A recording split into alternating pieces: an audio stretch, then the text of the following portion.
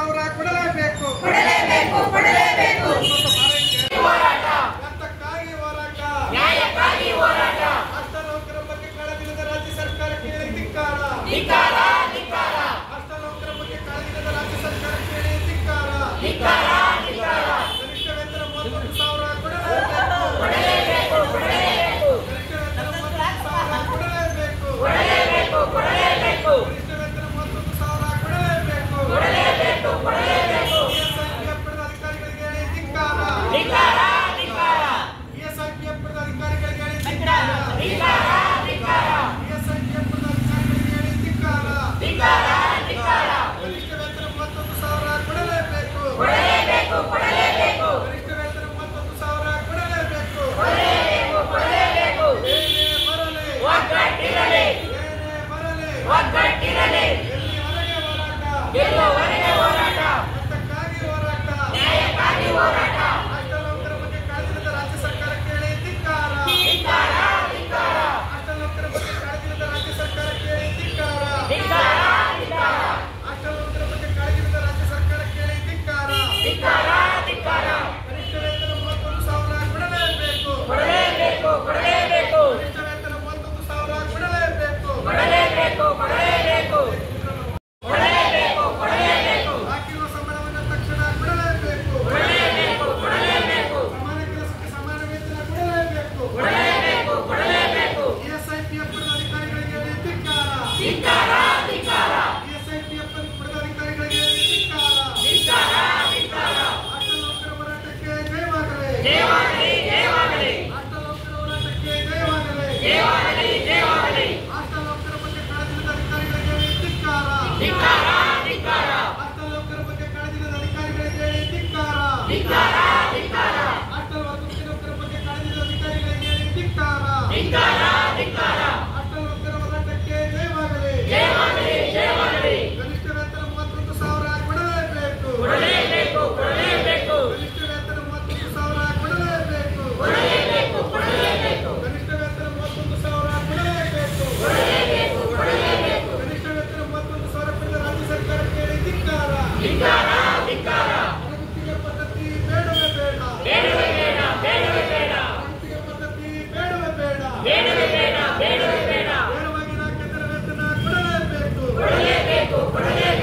ನೇರವಾಗಿ ನಾಲ್ಕೈದರ ವೇತನ ಕೊಡಲೇಬೇಕು.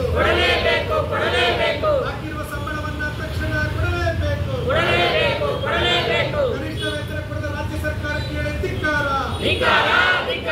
ಬಾಕಿ ಸಂಬಳ ಪಡೆದ ಅಧಿಕಾರಿಗಳಿಗೆ ಧಿಕ್ಕಾರ. ESIPF ಹಾಕದ ಅಧಿಕಾರಿಗಳಿಗೆ ಧಿಕ್ಕಾರ. ಕಾರ್ಮಿಕ ಇಲಾಖೆ ಪ್ರಕಾರ ಗರಿಷ್ಠ ವೇತನ 31,000 ಕೊಡಲೇಬೇಕು.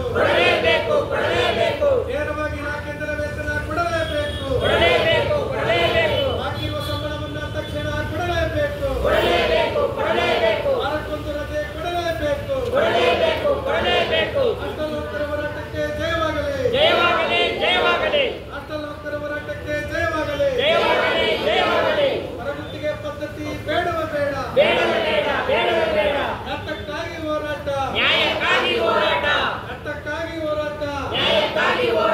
ಎಲ್ಲಿಯವರೆಗೆ ಹೋರಾಟ.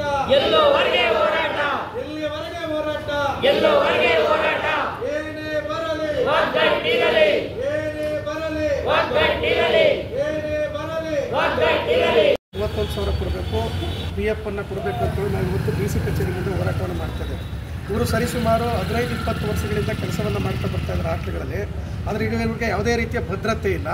ಇವತ್ತೇನಾಗಿದೆ ಅಂತ ಹೇಳಿದ್ರೆ ಸರ್ಕಾರ ನಮ್ಮನ್ನು ಶೋಷಣೆ ಮಾಡ್ತಾ ಇದೆ. ನಾವು ಹಿಂದೆ ಎಲ್ಲ ಕೂಡ ದಿನಗೂಲಿ ನೌಕರ ಕೆಲಸ ಮಾಡ್ತಿದ್ದೋ.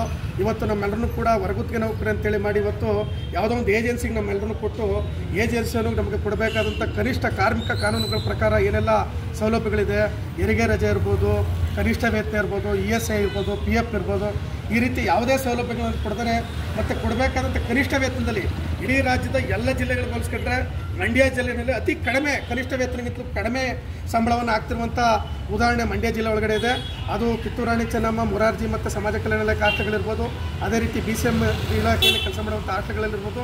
ಈ ರೀತಿ ಕನಿಷ್ಠ ವೇತನ ಕೊಡದೇ ಇರೋದ್ರಿಂದ ಮತ್ತು ನಮ್ಗೆ ಸಿಗಬೇಕಾದಂಥ ಸೌಲಭ್ಯಗಳನ್ನು ಕೊಡದೇ ಇರೋದ್ರಿಂದ ಇವತ್ತು ನಾವು ಜಿಲ್ಲಾಡಳಿತದ ಮೂಲಕ ಸಂಬಂಧಪಟ್ಟಂಥ 2 ಇಲಾಖೆಯ DD ಮತ್ತು DOರವನ್ನು ಮತ್ತು ಸಂಬಂಧಪಟ್ಟಂಥ ಏಜೆನ್ಸಿಯವರನ್ನು ಕರೆದು ನಮಗೆ ಸಿಗಬೇಕಾದಂಥ ಬಾಕಿ ಸಂಬಳ ಏನಿದೆ ಮತ್ತು ಕನಿಷ್ಠ ವೇತನ ಕೊಡದೇ ಇರುವಂಥ ಆ ಹಣವನ್ನು ಹರಿಯರ್ಸ್ ಮೂಲಕ ಕೊಡಿಸ್ಬೇಕು ಅಂತೇಳಿ ನಾವು ಇವತ್ತು ಜಿಲ್ಲಾಧಿಕಾರಿಗಳ ಮೂಲಕ ಮನವಿಯನ್ನು ಸಲ್ಲಿಸ್ತಿದ್ದೇವೆ.